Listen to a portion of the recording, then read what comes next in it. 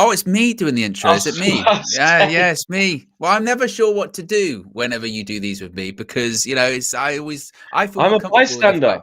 I'm a Yeah, guest.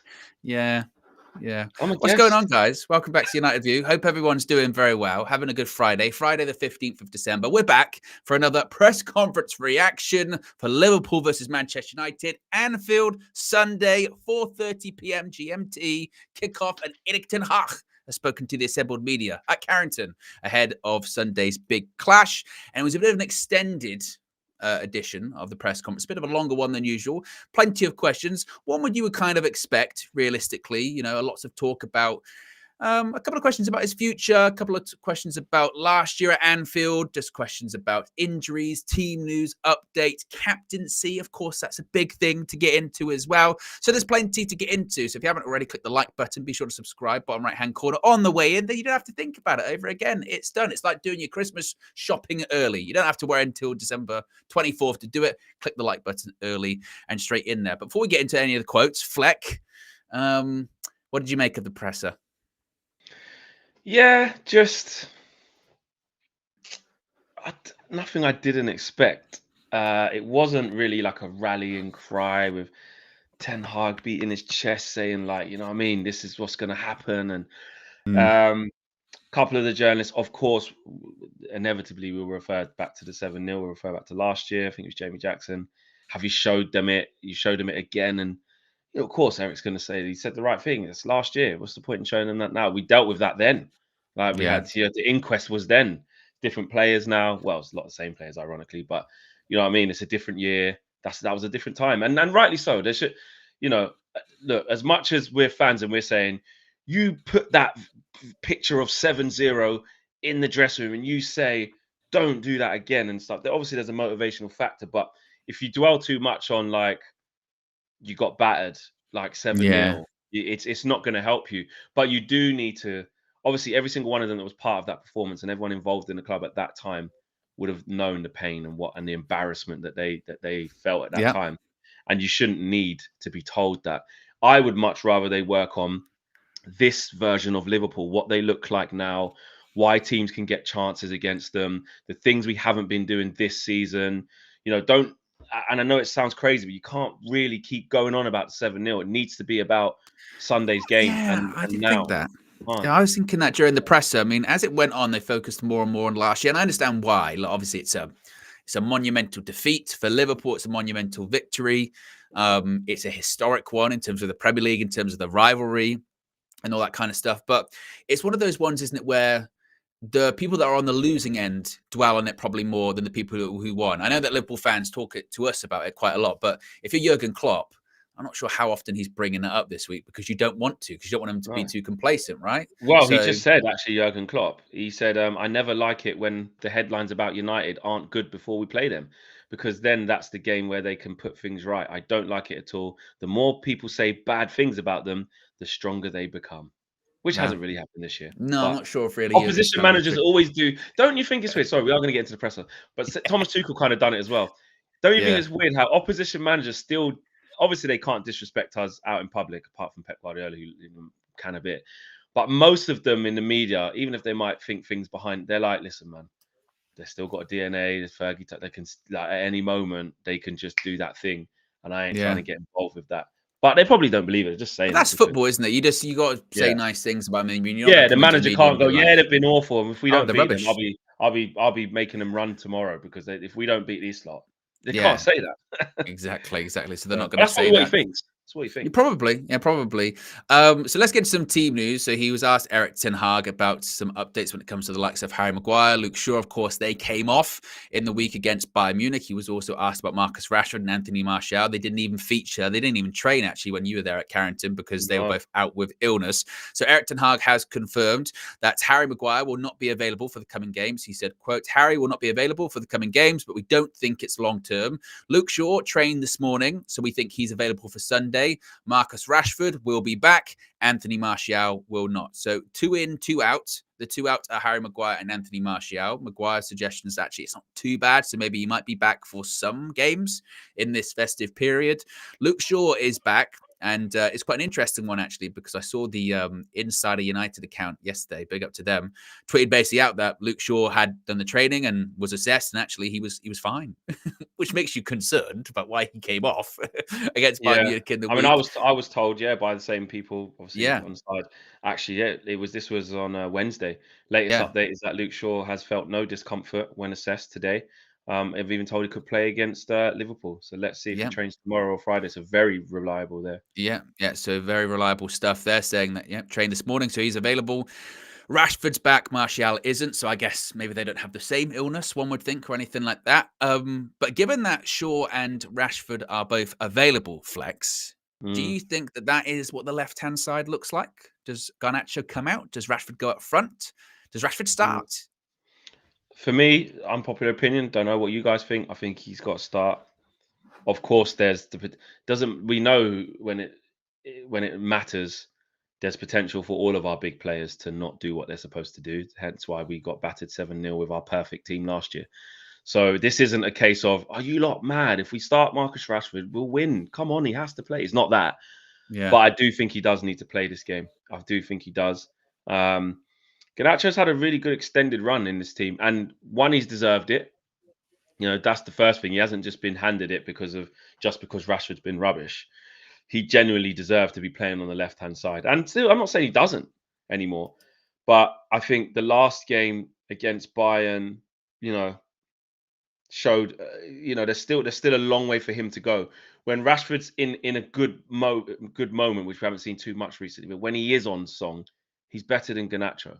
Like we forget. I tend to forget that because like Garnacho does more of the things I want to see, but I just think that like a frightful Marcus Rashford who's got the bit between his teeth, running at plays, strong, no backlift goal. Garnacho's still on that process to trying to become that. He's a young boy, he's a young man, and I yeah. and I just think it has got to be. Surely there's going to be a time where Marcus Rashford does something. Now, does he play up front? Do you say, you know what, keep Garnacho in there because he can get at Trent, can cross, he is Yeah. honest, he is going to work hard, and maybe Hojlund, this is the one. Maybe you don't, because that whole wrestling against Van Dijk and Konate, that could just be Bayern Munich all over again. That may as well just be Kim Min-jae and Upamecano. If we're going to play like that by giving him balls into his feet with them defending high, then that's not going to work. However, a Marcus Rashford spinning in behind and giving them something to worry about because they're not good in transitions could work. But then again, you buy Rasmus Hojlund, you spend all this money on him. These are the games he needs to play. You need to get familiar with him. We can't just cut the supply line off. But for me, Rashford needs to play. If he does play, it cannot be on the right. It cannot be No, on the right. no, it can't. I mean, it's a weird one with Garnacho, isn't it? Because he's kind of encapsulated where he's at, really, hasn't he? He's started started quite a few games recently. Initially, i.e. Everton, Galatasaray, brilliant. Those games, obviously, fantastic goal against Everton. The Galatasaray one, I thought was even better performance, to be honest with you. I thought he was really good that night. And the first goal he took there, hostile atmosphere, pressure, put it in the roof of the net, was brilliant. And then we kind of saw again where he's at in the games following that, which was very inconsistent, sometimes probably making the wrong decisions, running into blind alleys, putting in the wrong passes at times. But there's something in me that still says I want Alejandro Garnacho to start the game, because even in the games where he hasn't offered that much, I still think he's offered more than Marcus Rashford this season, which is the baseline level of effort, which I just don't know that we've seen at all from Rashford. I It's would whether or not also you think that he argue, could do it. If could well, he put in some effort in this also, one? Is this the also as turnaround? well, look, Rashford's been dealing with an illness for a week at this Mm, point. Now, he's back in training now, but if you're out of action for a week due to an illness, how fit can you possibly be? And we mm. know the shift that's going to have to be put in. So I'd rather on the left, I'd still probably go with Garnacho, honestly. The only thing with Rashford that I do think might be a through the middle, even I don't really like playing Rashford up front that much, but I could see it just purely for, we know that with Van Dijk, certainly, he's not the athlete that he was, say, 3 or 4 years ago. He's still very dominating. But if you're Rasmus Hojlund and you get involved in like a physical, back to sort of chess battle with him, I just don't know if Hojlund wins that one. A He pace won't. one, you can He beat Van won't. Dijk for pace. You know, like previously, you like you can't beat Van Dijk for pace. You can beat him for pace now. You can, as long as Put, you time it right. But I'm not sure. Does I Hojlund really almost do that? guarantee you. I almost guarantee you. Yeah, in this moment that we're in, right, and this is slim pickings, by the way, because Rashford, you don't know what Rashford you're going to get because he's been awful, and Mm. Hojlund is not in the games and not getting any chances and getting rinsed by bigger, more powerful forwards. Yeah, I bet you that if we played Hojlund through the middle, and I hope I'm wrong, I think he'd struggle more against that type of play because Konate would be on him, roughing him up. Van Dijk would be on him, roughing him up, and the type of balls would be playing into him because of how we're trying to evolve with him there, and we're not there yet. Would be balls into feet, balls at his chest, balls up there that he's got to try and win. He wouldn't get no joy. And I think if you asked Konate and Van Dijk right now, even with Man United being crap and Rashford doing what he's doing, who would you rather play against on Sunday? They will tell you Rasmus Hojlund. And the reason why I think is because they know, even with how they play high line, if you've got Rashford just as a threat, just knowing that he can do that, that's going to make them think more than if this kid gets the ball to feet, he ain't doing nothing to me. That's But I what I still personally think think. I And I still think think we Trent would rather can't. play against Garnacho than Rashford. I don't know about that because I think Garnacho will try and take him on. And if he tries to take him on, I think Garnacho will go past Trent quite a bit. One-on-one defending, Garnacho gets up against him. I think Garnacho goes past him Mm.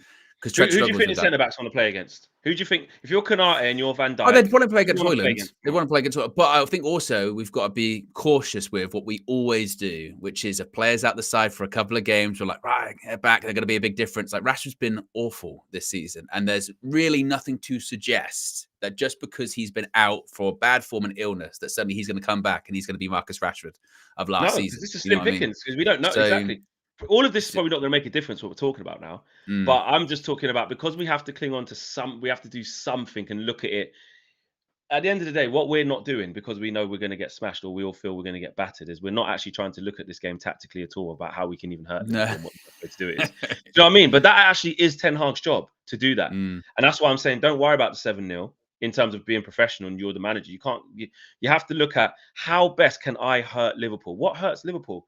Loads of times they play a high line. There's gaps down the their right hand side.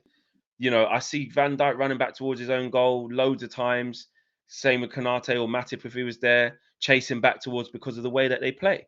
So what best could exploit that? Someone who's going to play just in front of them and not drop off and run the other hand and is going to get involved in a fight, who's not as physically strong as Konate and Van Dijk, or somebody who's going to make them think, oh, just keep. I know we're in control of this game, but one ball down there and we're in trouble. I just think you need against them at the weekend. I think we need discipline, and I think we need again someone that was be willing to take on Trent. I don't know with Rashford this season. Again, after maybe we don't know how much he's I'd get trained him out of this the way. week.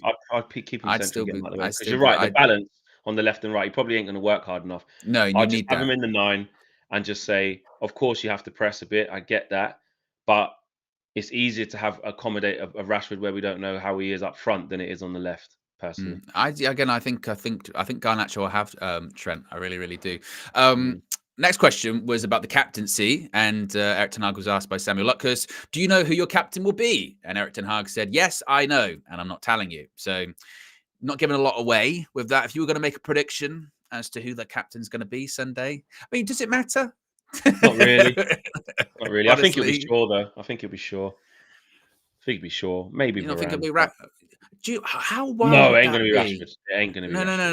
no. I was good. How wild would Oh, that be? Like Varane's been on the periphery, out in the cold. People are debating on whether there's been a falling out or whether there hasn't been a falling out, whatever. And then he not only picks him because really he has to, but mm, two, he puts the captaincy on him as well. I mean, mm. Rafa's been the captain before. He was captain in pre-season. Like it's not Yeah, yeah. that's not out of the norm. But I just mean considering everything that's happened over the last 6 weeks, Mm. would that not be quite interesting? Yeah, it would. It would. It would just show again. It would just make you scratch your head. You go, "Eh." First of all, you said he couldn't play left centre back. Then you play him there. Then you get a chance to move him to right centre back during the game, and you still play him left centre back. He's been out of the equation for a long time, and now in our biggest game of the season, which every game seems to be that, but right now it is.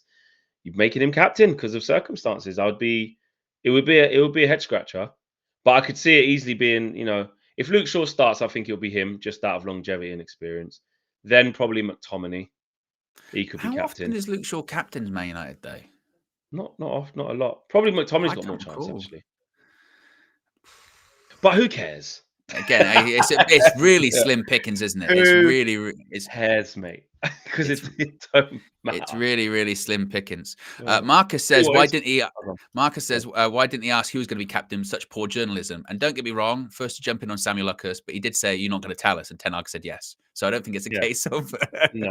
a bad No. question or anything like that. Ten Hag was No. just not going to say anything. I'll tell you what is certainly. slim pickings is this poll, by the way. Should Rashford start at Anfield? 53%.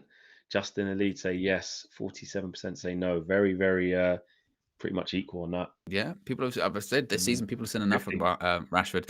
Next question was Anfield, the game last season. Since that defeat, your win percentage has dropped quite a lot since before that game. Has it had a psychological effect? Has there been psychological damage since that 7-0 defeat? And Ten Hag said, everyone is highly motivated when you go to Anfield. It's a great place to go. You know, it's going to be tough. And what every top footballer wants is that challenge. You have to look forward. And last year, we take it in our memory, but you have to take the benefit and learn from it. On Sunday, we can prove that. Now, he was very big on this throughout the press conference whenever he was asked about it. And I suppose to an extent he is right when he is saying, look, can't do anything about it. Can't do anything about 7-0 last year. It's happened. Got to move on. Do you think, though, there will be any lasting impact of it? Or is it the case of actually so little players actually were involved that day that might actually play Sunday? It might Yeah. actually not even have that much of an How impact. many? What do you mean? So who? Yeah, because what? As in from last year, 7-0. Well, let's have a look who started Who's that not game. playing? Wan-Bissaka was there, or was it Dalot who started? It was Let's have a Maguire, look. Varane. It was Martinez, Varane, Shaw, De Gea. Let me predict that team. Bruno,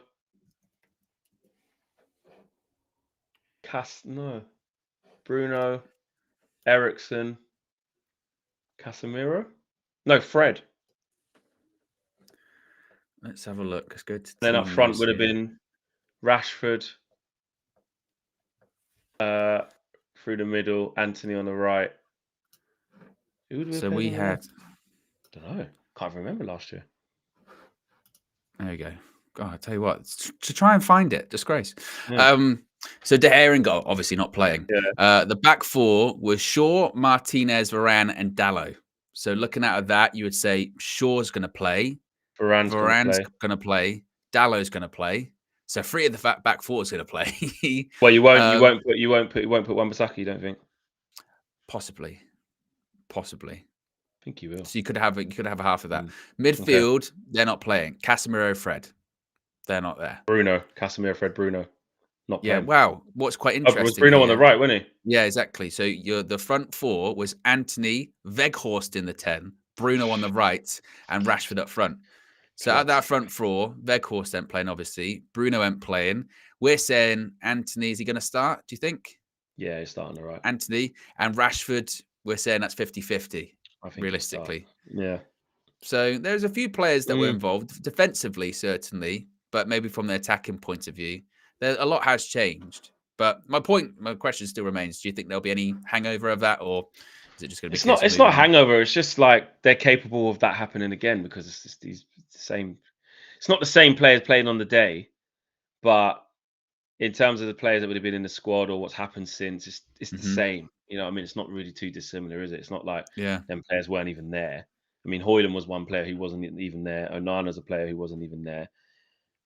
Amrabat, to be fair, as a player, wasn't even there. Are those three going to help us not be in that position again?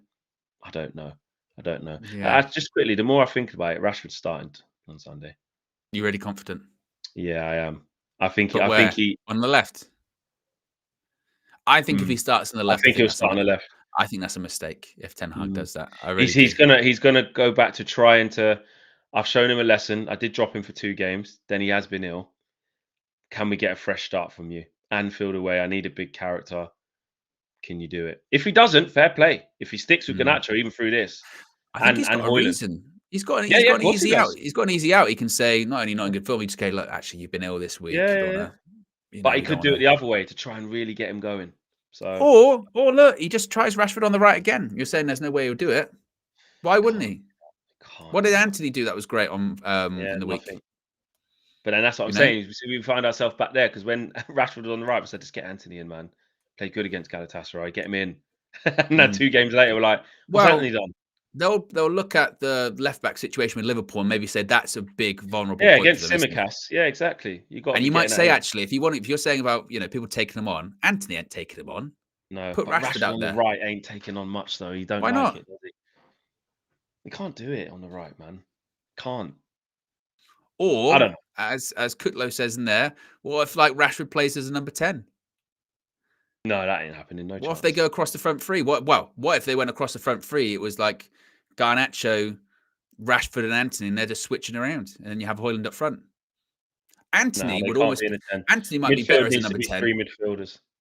That's true because Bruno's got to Can't drop do back that. in. Can't be doing that. Scott You could, McTominay for everything he gives. He's got to get back in and help Kobe Mainoo and Amrabat, which is what I think it will be. Interesting. Mm. Next question was about backing. And Eric Ten Hag was asked, managers are often judged by results. What gives you confidence that you still have the backing from everyone at Manchester United? He said, I feel that. So they tell it. That's fine. That's okay. I'm focusing on the process, making the team better. That's my concern. That's what I'm focusing on, the right thing, and that's the team. There is no concern because I'm here to win, and I have to make the team play better. Good is not good enough. We are inconsistent, and I have to work on how the team will play. How do you feel about the phrase good is not good enough anymore? Because Bored of hearing it. it used to be like the rallying cry, didn't it? And now when you hear Mm. it, you sort of go, but it's not even good. I said it to Benny McCarthy the other day Yeah. when he's putting out the cones, and he went, "Yep, correct," but don't care exactly because we don't do it. We Yeah, I don't do mean, it, do we? So, again, the sort like I of said, we're not even good. that was kind of a mishmash of a couple quotes there because the two questions were, as I mentioned, about do you feel you're backed, and then he also Mm. was asked, so you can't get distracted by the fact you could lose your job, and he was very calm about it, going, "No, I'm cool. Mm. I'm cool. I don't think so." I don't know. It's one of those ones where it's like, what are you going to say, really, as well? What are you going to say in that situation? I did see Samuel Lucas wrote something from the Manchester Evening News today, basically saying that kind of what we had been saying recently about the structure isn't there for Eric Ten Hag to be sacked, essentially, at the moment, because it was even written something that we had kind of hypothesized a couple of days ago, saying Patrick Stewart, the interim CEO, actually doesn't even have the power to sack the manager because No, you can't. You're an interim. You're literally there just to hand over to the next guy. yeah, And they were saying John Murto, it's his appointment, so he's got no intention of doing that anyway. It's an Ineos call. Whenever they come in, that's their decision that they're going to make if they want to make it. So I think Samuel Lucas had said that, and some others today basically said, barring, I don't know what this would be like, but they're saying like annihilation, catastrophic result, nothing's going to happen realistically. What that annihilation is, I don't know. You could argue last year was annihilation, but I even think if that yeah. happened again, I don't think he'd go. I No, he really wouldn't. don't think He so. wouldn't. I mean, yeah, because like you said, like Curtis is saying that about barring an annihilation line. But even if it was, what's the plan? What are you gonna look? What are you going to do? If we get battered 5-0 on Sunday in 2 days' time, right? And you wake up in the morning on Monday, who are you gonna have? Who? Yeah, What? What are you gonna do? we're going to give it Steve McLaren to the end of the season. So McLaren and Fletcher to the end of the season, or McLaren and Fletcher until you find a manager who can take it and end up with a Ralph Rangnick yeah, situation where the players or won't work any harder for the Lopetegui to the end of the season. Lopetegui to the end of the season where they look at him and go, he ain't going to be here in the summer, so let's just down tools now. It's exactly what Yeah, happened with Ralph. Let's not. exactly. Although he said the open heart surgery and he said a lot of stuff and he should have got the job higher up and all of those things, the players didn't. These same set of players plus new ones now didn't care for him. They said this No, guy, I ain't listening, and it's disgusting. It's unprofessional, but that's what we've got. That's who we've got there right now. So, and I know you say you want to not running for Eric though. So what's the point in changing it? Just be calm. Spending money on getting Ralph Rangnick in, money we don't even have, or someone like Ralph Rangnick or Lopetegui to the end. What are we doing? we spent money on getting an interim in for a job that he was going to do in the future, and then we He spent never money did. sacking him. Exactly. That is That's what I'm saying. crazy. You Like, literally bought a car for a holiday you were going to go on, didn't go on the holiday, and then sold the car for half the price. Do you know how yeah. crazy that is? JB says, as soon as United concede a goal on Sunday, the team will just collapse mentally. That's where I'm at. That's where I'm at. If we concede first, well, we will concede first, but when we concede, it's just gonna, it will just be like a pack of dominoes or pack of cards. Mm. Sorry. And he did speak about that actually when he was talking about the game. But we'll get to that shortly. We've Yeah. got over 700 people watching, by the way. Less than 100 likes. Less than Oh. 100. If you haven't already clicked the like button, rumor is if we get to 400 or 500 likes, we might win at the weekend. That's all I'm saying. It's a rumor. Rumor has Possible. it. Throwing everything out there. Next question was about Rasmus Hojlund flex, and it was from Mm. Simon Stone. And I'm not going to do the impression. Can't be bothered. And it Yeah. was. But I did do the normal Simon Stone thing. It He was funny. did. I did He laugh. did. He did. He said Rasmus is coming for a lot of money. He scored in the Champions League, not the Premier League. But is the team providing him with enough support? Basically saying, is it not really his fault? And Ten Hag said, quote, as you've said, he scored in the highest level in the Champions League with 5 goals. That's a huge performance from a young player. And you see he has the potential. I'm sure he will get there and score in the Premier League. I see how he works in training. Think about that quote, though. I mean, it's the 15th of December. And the manager in a press conference ahead of a game against Liverpool is going, I'm sure he'll get there and score in the Premier League. Like he will score eventually in the Premier League as a striker. And I do sympathise with him. I really do. Score. It just doesn't look like. Because like it's not as if like we're coming out of these games though. Is it Flex going? I tell you what, Rasmus has had so many chances today. Right? No. Just, you know what I mean? They're putting it on a plate for him, and he's not I'd scoring. rather that. I'd rather the Yeah. Nunes thing. I'd rather that Yeah. he gets loads of chances, but we're just not seeing him involved. We come out of a game going, but he didn't realise he him for a plays. bit. Yeah. Yeah. He does. I give him this. Look, he does work hard and he is physical. He does want to put it about. Got no problem with that. It's very refreshing.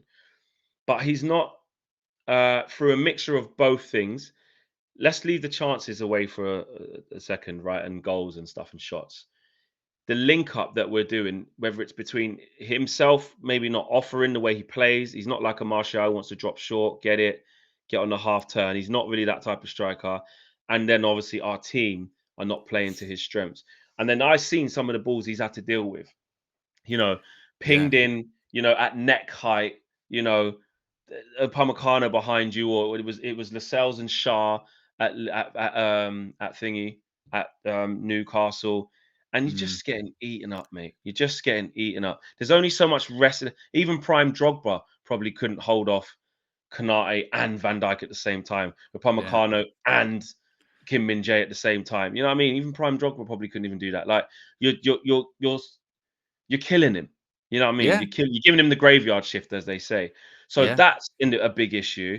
And then when we do have chances, sometimes we flash the ball across the box and he's just a little bit late, nearly that's there. That's the one that almost annoys me a little bit. That flash across the box, but it's one of those ones where you go, it's a flash across the box, but he ain't getting there. Because like, one of those ones where it's like fizzed across, but you go, but striker's not there. You kind of have to maybe, and it's not even necessarily like his movement's bad in the box. His movement's good in the box. He gets into decent areas, but last year, with Weghorst, like, we did at least create a couple of chances for him. Not a ton, but a couple. He hasn't even got the Weghorst chances, really. No. The ones where it's like, how did you miss? The one he missed against Luton with the thigh, you got to score.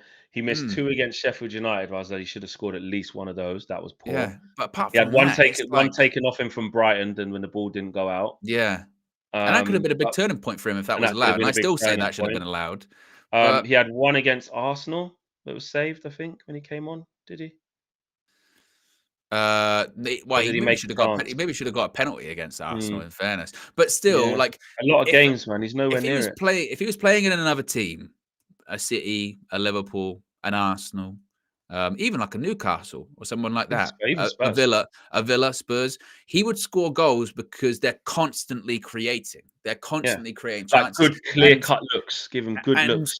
It should come as no surprise, I suppose, that we are a team that relies on individual moments of brilliance.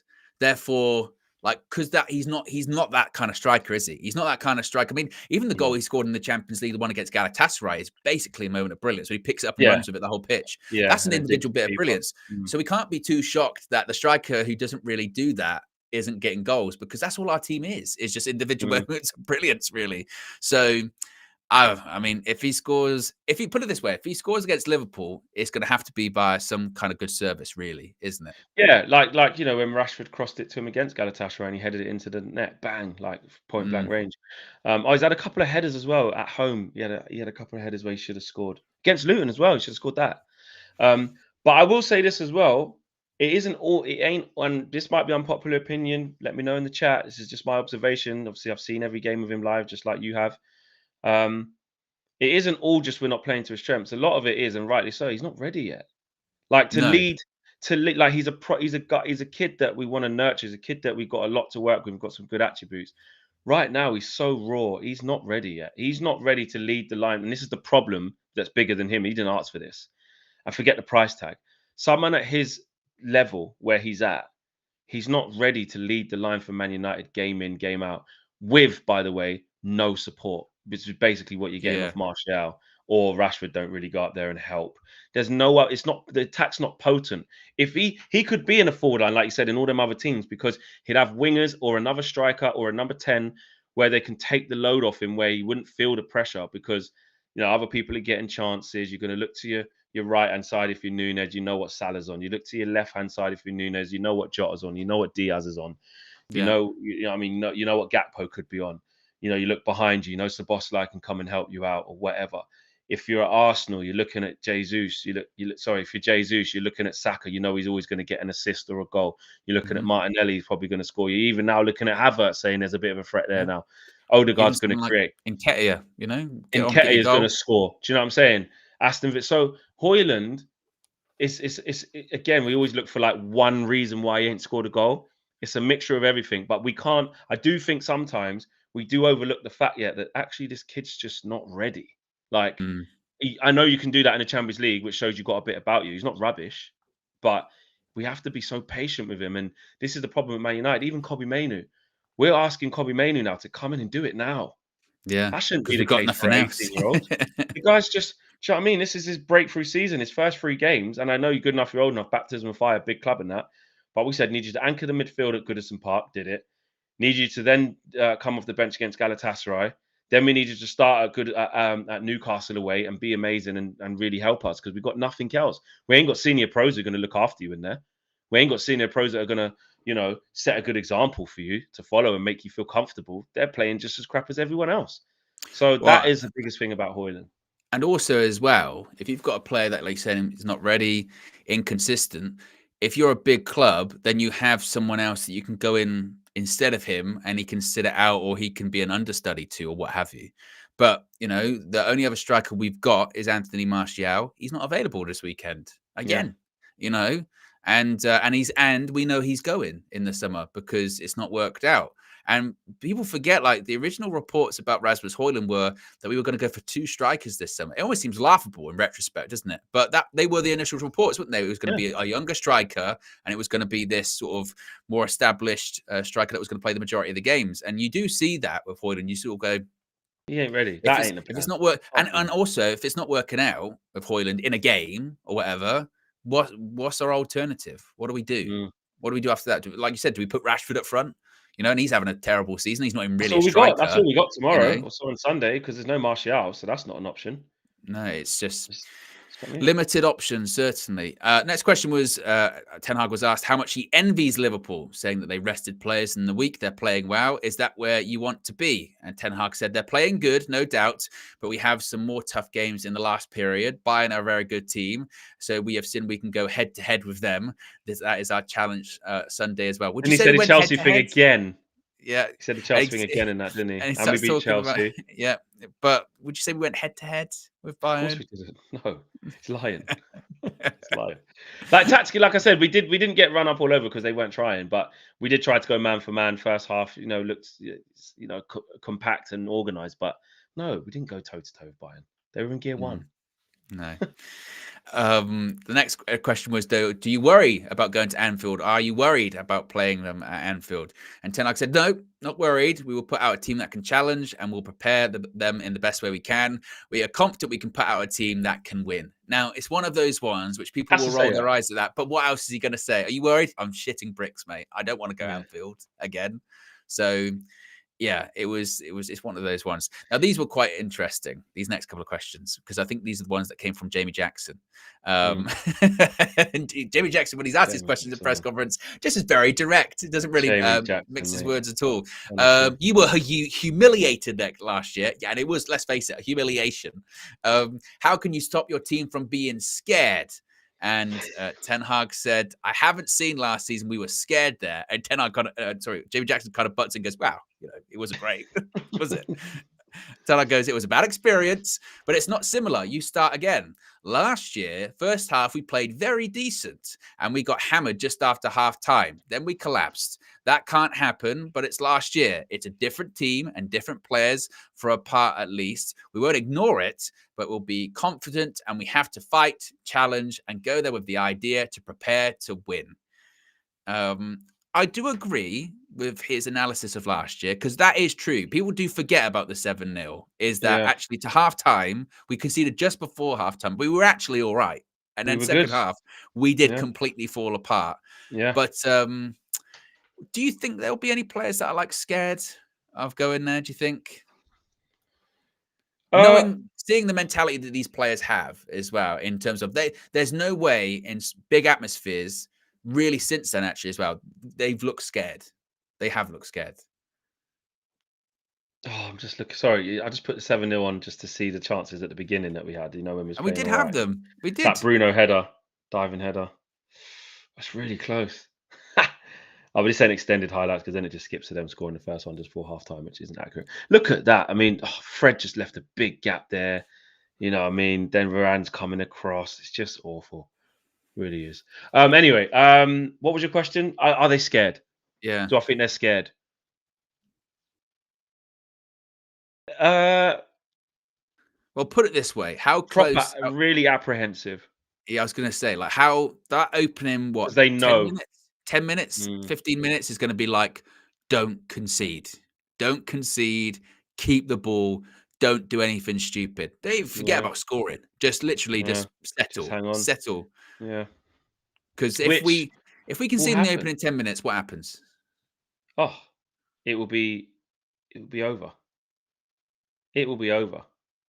It will. Even watching Mm. how easily we would just cut through here, like, where was Dallo? There he is there. What would we do? It was just so poor. So poor. Yes, it's a good finish from Gakpo for that first goal. And then that was it. We came straight out. That was it. Luke Shaw plays this pass here.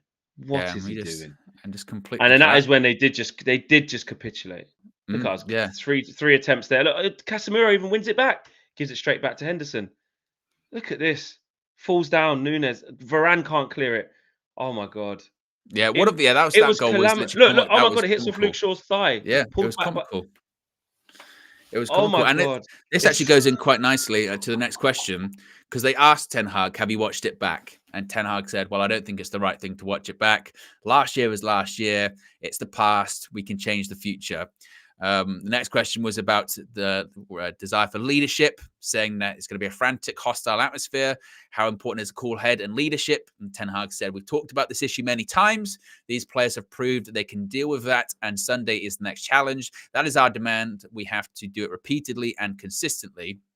Now, this is an interesting one, Flex, because this is one of those questions and responses that is going to rub people the wrong way because it's very Don Robbie, which is now that you're out of Europe entirely, is it a benefit that you have a bigger reduced fish schedule? to fry. Is it a benefit you have a reduced schedule? Can you turn it into a positive? And Ten Hag said, yeah, that's true. At least we had so many injuries in the first part of the season, so less games, the load will be less. That can give players opportunities to recover, more time on the training pitch and fresher in games. And then the journalist said, so that can help you qualify for the top four. And Ten Hag said, that's the target. So Ten Hag said it himself. The target is still to get in the top four. I mean, we're only 6 points off it, I suppose. Is it a positive that we're out, Flex? Sorry. I think the sixth goal. Sorry. Luke Shaw just boots it. He boots it against Varane. No, he boots it against Firmino and it goes straight to Salah and he just kicks it in. Fucking hell, mate. I've never gone back and watched it. I couldn't That's do the it. first time. This is the first time I've done it. It's the first time. Yeah. I'm just laughing. Like it's like the players have fallen over every chance we had like loads of chances to stop all the goals, and we just like kicked it straight back to them. Oh my god. Oh, Sunday's just. Oh my god. Oh mate. It's just. It's just This dawning, this man. flu this, guys, Sorry. is what is known as a meltdown. Flex, I don't know I'm why you've having I decided to am do this. I I don't know. know. You looked at last year, you know what I mean, and now you've Maybe the now. journalists are right. Maybe the journalists are right. We need to watch this back. And then in the sidebar, because you've put the 7-0, it's got the one from the year before that. Liverpool thrashed Man United 5-0. Old Trafford, right Old next to it. Trafford. That one was bad as well. I Oh, I was remember. at that one You as know what? well. I remember Yeah. that one more vividly than I remember the 7-0. The 7-0 is a bit of a blur to me Yeah. because it was so bad. Oh, mate. I just. Anyway, back to what you was asking. Look at that 4-0 one year ago as well. Oh, God. I'll try at Anfield 4-0. Anfield with the Ralph, yeah. Yeah. Oh, God. What did you ask me? Is it a positive that we're out of Europe? Don't know, Owen. Do you think it'll make any difference? Well, it should do. It should do, and we should. And you know what? I don't think we should. I said this quite a few times. We shouldn't drop our standards of not of saying like you can just keep being shit. Like no, there should be some sort of pickup. If there isn't, when we get players back and like he said, more time on the training field. What are you doing? What are you doing? You can't blame a hectic schedule. You can't Mhm. blame injuries. So you're more exposed. You better get in your bag and start getting us some consistency, Eric. And the Yeah. players, you players better start, you know what I mean, fixing up. Because if you got 6 days between games, right? And like if you've got a little nick or you're a bit tired, you got a whole week, sometimes a bit more if you play on like a Monday night or something like that, Yeah, yeah. you know, and you played on Saturday the week before. Sometimes you get more than a week. And it's like, I don't want to hear no excuses. I need to see something improve. I'm not expecting miracles. Do you know No. what I mean? I'm not expecting miracles that all of a sudden now Anthony's going to get 10 goals and 10 assists because we've only got one game a week. I'm not saying that. But I am saying that we although we have to accept a lot as fans because we're saying more heartache's going to come. We need to get to the end of the season, get Ineos in. Those things are all true, but we still have to have some standards. That's why I was saying to you yesterday or the day before about I'm not Mm. comfortable just writing off the season. 6 points off top four. How can you write off the season? Yeah, I Well, remember. in terms of something significant, it's only going to be chasing top four. But like that Yeah. has to still be the aim. That's the main aim now. Yeah, I remember Till it's not. when Ralph was in charge and we were out of Europe eventually and all that kind of stuff once we went out of the Champions League to Atletico that year. Yeah, Um, and the performances didn't improve and I would sit there watching that sort of, mess of like a tactical display. And you sort of say to yourself, there's no way they've spent 7 days working on that. Like that no, cannot be. So either their players no. can't do it properly or can't execute it. You've got like two different examples of this, haven't you? You've got a Spurs who very much are benefiting from not being in Europe this year. They look Yeah, much more drilled. The manager's finally got more time to get his points across, his methods across. You don't just go from game to game. Like they're doing well because of that. Like that's definitely certainly a fact. positive for them. On Yeah, the flip side, you've got a Chelsea who are in the same situation. It's not helping them. They're getting no. worse every single week. So it's not always a complete net positive, essentially. Mm. Yeah, I don't think so. We got a super chat from WJ Barrett who's come to defend himself, Flex. He says, Let's go. gang, I watched the stream this morning, and I want to clarify my status. I'm Eric Ten Hag, doubt. I'm hurting bad. I feel Sunday might shock us. We will see. So he's not Eric Ten Hag out. He's Eric Ten Hag doubt. There's, Right. Okay.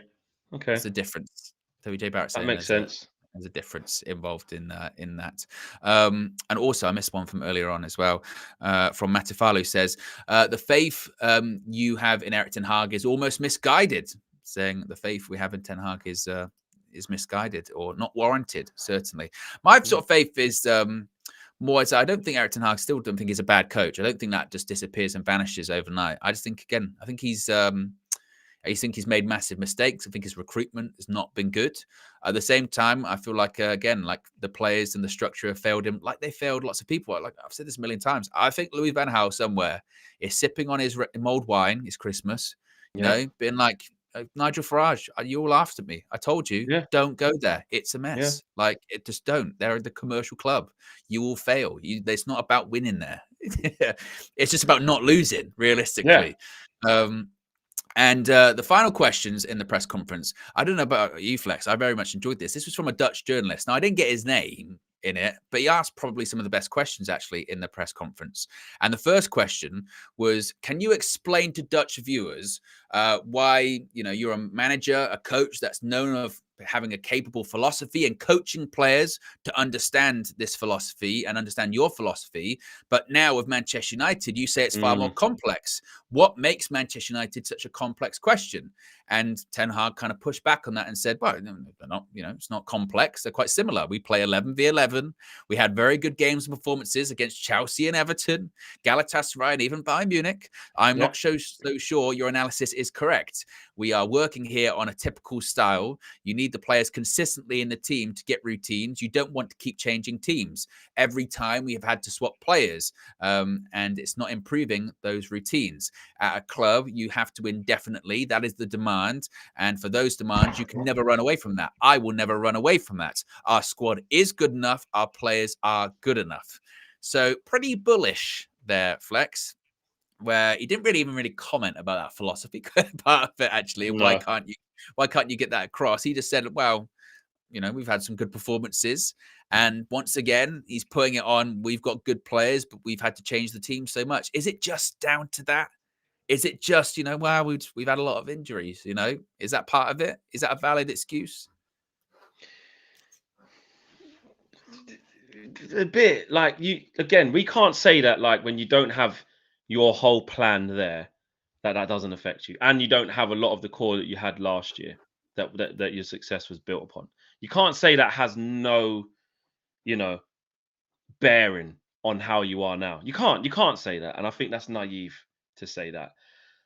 But the level of excuses, you do have to look at and say, yeah, but you do have this, and this, and this is not acceptable. Do you know what I mean? But he's not going to. He look. We don't hear that bit because we say when he says, but again, no excuses. It's the reason. He actually said the other day, it's the reason. It's not the excuse. No excuse. Just the club demands every game we have to win. We have to find a way to win. But the problem is because we think that's just lip service now. So when he says those things. Yeah, it goes on. I don't know how you feel, but literally, I'm just like, that's not a rallying cry to me anymore. Same way how the club said to me the other day about why the press conference was quite relatively short, considering, look how long Thomas Frank's one was. Wanted the football to do the talking, and it really didn't. And it really did, exactly. And that's what I'm saying. We don't care we never see actions, and we don't care about the words. So we're in a weird situation where the only way to get fans back on side truly and to get belief back in the fans is to see it. It's to really, really see it. And even when we've won games, we still haven't seen it. We've kind of seen like, well, they did well to ride out that bit of period. At least we've got a clean sheet, to be fair. We nicked it, but we're not seeing it. Do you know what I'm saying? It's a weird one, isn't it? Because I get what he is saying, and I do think there is validity in some of the stuff he's saying, in the sense of if Man United have their strongest team and all of their players are available and they can field their strongest 11, then we would be better. We would. I mean, how much better? That's probably the big question, isn't it? Are we going to be this free-flowing Ajax-style team? Probably not.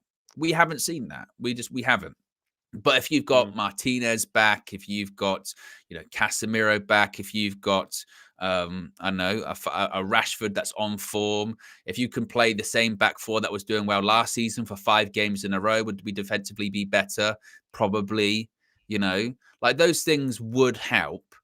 But, and we have had to change things a lot, and we have had to, switch players in and out. But even when we are getting certain players back, are we seeing, tremendous improvement? Kind of not really. And some of the players now that are out injured, we've seen play this season and they weren't playing well. You know what I mean? Like when people talk about Casemiro come back, I mentioned this the other day, and it's great. Casemiro comes back, cool. But like, people were talking about him being dropped anyway because he wasn't playing particularly well because he was struggling. The only one that's left is kind of like Leacher. We're like, well, he's back, and when he was playing, his foot was kind of screwed anyway. So, but that's going to help us. And Lisandro Martinez will make us better, but it's kind of like, I don't know. I mean, sure, like if you can play your strongest team 4 or 5 games in a row, will we play better? Yeah, we got better chance against teams. Yeah. But some of the fundamental things are still there. Our midfield would still be like, well, I don't know what that midfield is. That system still isn't working. We still really struggle for goals. We will. Like, because Lisandro Martinez coming back ain't going to make, Marcus Rashford play any better? I don't think. Or is it going to allow Hojlund to start scoring goals? Is it going to make Anthony start taking on players? Like those issues are still there. So it's kind of it's partially, I suppose, accurate, but at the same time, it's kind of like there's other issues certainly that that need to get fixed, certainly. And finally, this Dutch journalist asked Ten Hag, can you give the Dutch people a good Christmas message? Can you promise you'll still be here after this game? Which I thought, oh my God, that's direct. Yeah, get him to just say, listen, man, I ain't getting sacked. Don't worry, Yeah, guys. Everyone watching exactly. at home, thanks for all your support, and I'm gonna be here. Yeah, can you give him a good Christmas message? How long are you going to be here? Can you promise a Christmas promise, Flex? Can you promise you're going to be here after this game or after Christmas? My goodness. And Ten Hag didn't promise, which is quite interesting. Didn't he just went, I want to win. I want to progress the team. We are here in a project. Last season was in the right direction. We haven't matched the standards. That's the truth. We have had a setback. Longer term, definitely. The future for Manchester United is very good. We have many good players in the squad. We've got many young, good players in the squad that have high potential to play top levels worldwide. We have to develop that. I'm sure when injuries are back, we'll play better. So, look, didn't promise that he's going to be here, but said that it's a longer term project and the future is bright for Manchester United. Lovely. Like that's one is like, I would maybe push back and say, I say, how immediate in the future? Are you saying Sunday? Is it Sunday? Yeah, or is it like maybe like next year or the year after? Mate, honestly, you know, like, something like that. It's just. I'm sorry, guys. You shouldn't have watched those highlights. I don't know why. But you know what? No, but you know what though? You kind of have to put because it is coming. It's coming. Yeah, but you know, the past is the past. Can't do anything about it. Why relive it? True, and I've turned. We're gonna have to live the future in 48 hours time. Literally. Owen, how peak is it going to be? About 48 hours time, yeah. So Sunday at like 3:15, because that's the time now. We'll be what? We'll be nearly 15 minutes from team news. Team news, yeah, and we'll be like, fucking hell, blah blah, God. Or sometimes what it's like on a match day. Suddenly you wake up and you get like an hour before the game. You know what? Not that you're gonna win, but you just got when you go, bring it on, come on, let's get excited. You see some of the build up on TV. And then the build up from the build up from the replays from last year. Well, then I say, and then the team news comes out, and then you see like this is Man United's team and this is Liverpool's team. Then you go, it's like with Bayern in the week. When the team news came out, and you go, right, okay, and then you see the Bayern Munich. Let me check theirs. Oh my God. Their team, like I was talking to AGT, I think it's probably going to be Alisson, Trent, Konate, Van Dijk. Even stop there. When you say Alisson, you go, well, we're not scoring. Yeah, because it's just so good. Midfield probably going to be, I reckon it'll be Szoboszlai, McAllister's out. I think Gravenberch will start. Either Endo or Harvey Elliott, because he never gets a start, does he, Harvey Elliott? Might go with Endo, might go safety first. Yeah. And then front three, it's going to be Diaz, Nunez, Salah. Yeah, well, pick who you want. You know what I mean? I think Jota's out actually at the minute. Gakpo. Mate. Yeah, Gakpo. Hasn't been starting much recently, has he? I haven't seen him. Where's he been? He scored against us last year, didn't he? Yeah, wicked couple goals. And we were like, oh, yeah. But that is a player genuinely that Ten Hag wanted. There's no way 100%. we didn't want him. We just couldn't afford him. We had got no money. Yeah, exactly.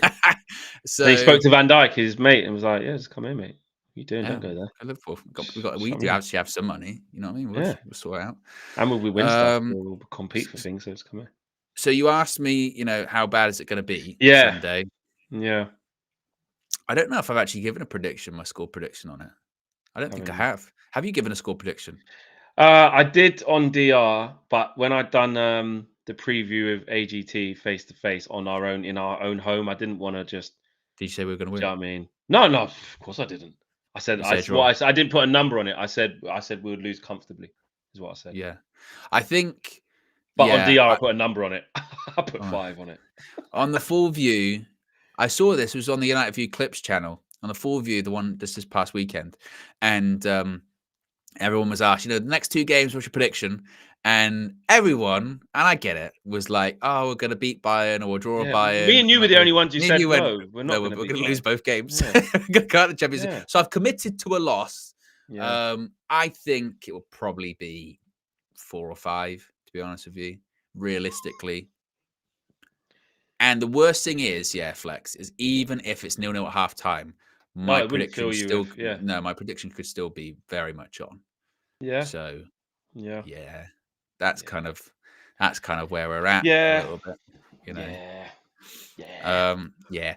Yeah. Super chat here before we wrap things up. Nick says, how are we back here again when the manager is the one that's in the firing line? Look what he did last season. We can't let can't let toxic and substandard players rule again in Ten Hag we trust. Well, it certainly cannot be lost on the fact that these players are doing it again, and the players are rubbish, and the players are just not up to snuff, not up to standard at all.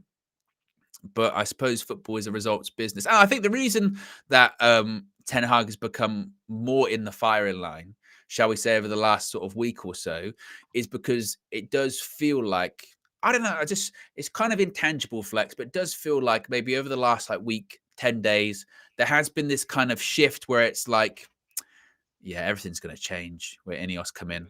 Yeah. Can't say if it's for better or for worse, No, but just but it's feel just going like to change. that Yeah. sweeping change is maybe going to be more bigger and broad than maybe we had originally anticipated.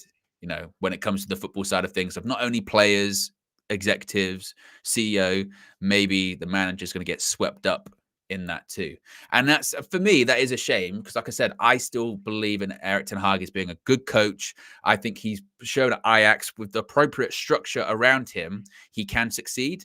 And I think that actually a lot of the coaches that we've had post Sir Alex, maybe not Ollie, but like a Louis van Gaal or a Jose, if they had a structure around them that was fit for purpose, they'd have probably done better than they did. And both of them did fairly well. I mean, I mentioned those 3 there. They won trophies. So I do believe that if the structure was better around him, then they would do better and have a better footing to succeed. And if he wasn't so, on point, it's the point person when it comes to transfers, I think that would probably helped him too. But it just does feel like that it's going to be easier for Ineos just to be like, we're just going to change everything, Yeah. Um, That's what I mean. It's easier for them to just go, let's just scrap all of this and start yeah. fresh. That's what I But mean. It in is that a lot easier for them to do that. in that vein, I don't think anything's going to change. Like I said, for me, I don't think anything changes to the end of the season. And I think if you're Ten Hag, you've actually got that kind of in your favor. You might actually be like, I've probably regardless, unless things get really, really bad, you've got to the end of the season to put your prove yourself essentially to these people coming in. Because at the moment, if the season stopped now, he'd be in trouble, I Oh, think. I'd be in huge trouble. Of course he But would. that's not the Lucky it case. doesn't. Yeah. Exactly. Lucky it Exactly. doesn't. And that's why I'm So saying we have to be careful about just writing off the season and saying yeah, that's it's too over soon because for that. we're still in and around where it is. Do you know what I mean? Where Yeah. we want to, not where we want to be, but what we're trying to get to. Yeah, So yeah. exactly. So there you go, guys. We still got nearly 800 people watching, less than 200 likes. So if you haven't already, click the like button, see if we can get to 250, heck, even 300 on the way out. A reminder, coming up this evening, 6 p.m., there's going to be that preview with Flex and AGT. I haven't seen it, so I don't know how well Flex performed in it. No, Flex gets... I'll be honest, guys. I told you already I weren't going to be going in there saying, and some of you might say, "Come on, Flex, you're just too down." I was just honest. Yeah, that's all you can The only be. thing I did do, I'm giving out too much spoilers here. Aren't I? Just watch it at 6 o'clock. Yeah, watch it 6 Just o'clock. watch it. And Team Nathan's been a member for 17 months. Says Big up. LVG was playing with Blackett, Borthwick, Jackson, etc. He overachieved and United were too hasty because Jose was free. Another commercial decision. I do feel somewhat sympathetic with LVG, how that ended that season. I mean, he literally just won the FA Cup and got sacked I immediately know. after the game. On the dot. Yeah. On the That was spot, mate. awful. That was awful. But there you go, guys. A reminder, 6 p.m. You can join in. It won't be live. It's a premiere. So that'll be there. Is it live? Is it live? No, it's not live. There won't be any late night news tonight as well, because I'm not making the same mistake I made before. It ain't coming out tonight. Yeah, it'll come out tomorrow. So no late night news tonight. So be sure to watch that. Oh, and also tomorrow, Fan Clash is back. Fan Clash is back. It's KG and Doyle, and oh my god, I walked into them filming I the back, have, like the finishing off, and I thought, I wonder what's happened before I got here. yeah, I have heard some things about Yeah. that as well. And WJ Barrett also of the last minute super chat says Eric Ten Hag is saying we won't play the Ajax way hurts a lot. Yes, and wow, it's not really. It's a bit of a downer to end that one. So Fan Clash tomorrow 9 a.m. Be Yes. sure to watch it. We're out of here. Have a good one. Peace.